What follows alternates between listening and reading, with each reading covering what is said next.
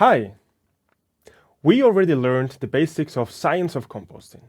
In this module, we will have a look to different composting technologies which are commonly used in low and middle income countries. These are windrow composting, passively aerated windrows, forced aerated windrows, in-vessel composting, and bin composting. Let's start with windrow composting. Windrow is the general term for an elongated pile of stacked raw materials.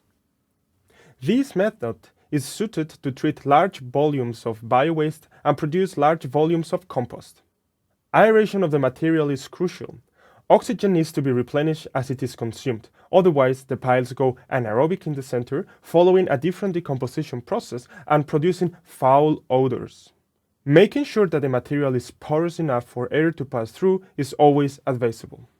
This is achieved by mixing fine, dusty, wet or soft materials together with structure-giving materials such as small branches, cardboard or hard vegetables. In any case, the piles are normally turned, which can be done mechanically or manually. This way, the porosity is reestablished and air and therefore oxygen get into the pile.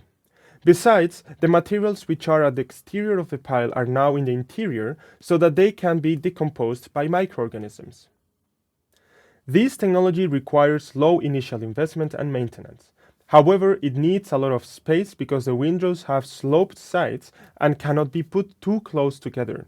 It ranks medium when it comes to the time needed for the composting process, and it is labor intensive. The second technology is passively aerated windrows. This technology consists of perforated pipes located within the biowaste pile which promote convective airflow throughout the material. The pipes can be located in different dispositions as shown in the pictures. The air that gets into the pile brings the required oxygen by the microorganisms. These piles are normally not turned during the process. Therefore, it is important to premix the feedstock thoroughly before placing it on the perforated pipes. It is advisable to insulate these piles with finished compost to ensure thermophilic temperatures reach the outer layers of the pile as well. This technology requires slightly higher initial investment and maintenance than non-aerated windrows as it involves a passive aeration system. It has similar space requirements. The composting process might take as long or slightly shorter than with non-aerated windrows, and it also requires less labor as the piles do not need to be turned. The next technology is called forced aerated windrows. They might look very similar to the previous ones. The difference is that blowers are installed at the end of perforated pipes or air ducts. These blowers inject air into the piles, preferably during the active phase, when the compost reaches high temperatures. Airflow can be adjusted by changing the frequency and duration of the blower.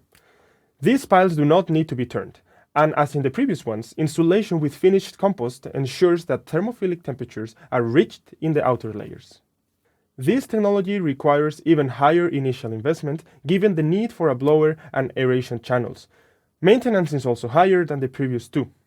It has similar or slightly less space requirements since the composting process is even shorter and it requires less labor as the piles do not need to be turned. Our fourth technology is called in-vessel composting. This describes a group of methods that confine the composting materials within a container or vessel.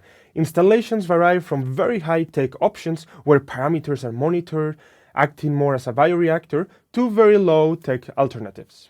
In all configurations, airflow and temperature can be easier controlled than with other composting techniques. Turning or steering takes place manually or mechanically as seen in the video.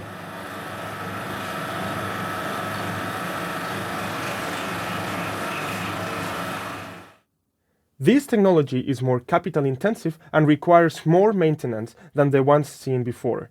It requires less surface area than with the previous technologies, since the composting process is shorter. Besides, little labor is required as the material is mixed within the vessel. And finally, our last technology is called bin composting. This technique is practiced mainly at household level, which will then treat little amounts of waste and produce compost for self-consumption. Biowaste is located in a container which most of the times has some sort of perforated wall for air to get through. Some containers include a steering mechanism as the one shown on the right. Bin composters can also be used in big scale, as in this installation where we see passively aerated big-scale bin composting examples. In this case, the installations are run by operators and most of the times the produced compost is commercialized. Biowaste is most of the times inserted from above and removed from the bottom. The material degrades and compacts slowly as it gets down into the bin. This technology requires medium investment costs and minor maintenance. In order to treat the same amount of waste, it will require less space than windrow composters as the waste is piled up vertically in the bins, without any sloped sides. Besides, no turning is required and therefore labor is low, but the composting process might take longer than other options described before. This final table shows a comparative summary of the presented technologies, assuming they are all treating a similar amount of waste. However, keep in mind that in-vessel and especially bin composting can also or are normally be used in smaller amounts. In any case, the table allows to have a quick impression of which technology could suit your needs and constraints best. This is the end of the module. Now that we learned the basics on the science of composting and about the most common technologies used in developing countries, in the next module I will give you some more insights on practical aspects of composting, such as how to get a proper mix of different organic wastes or what environmental impacts composting as an activity can cause. Hope to see you there.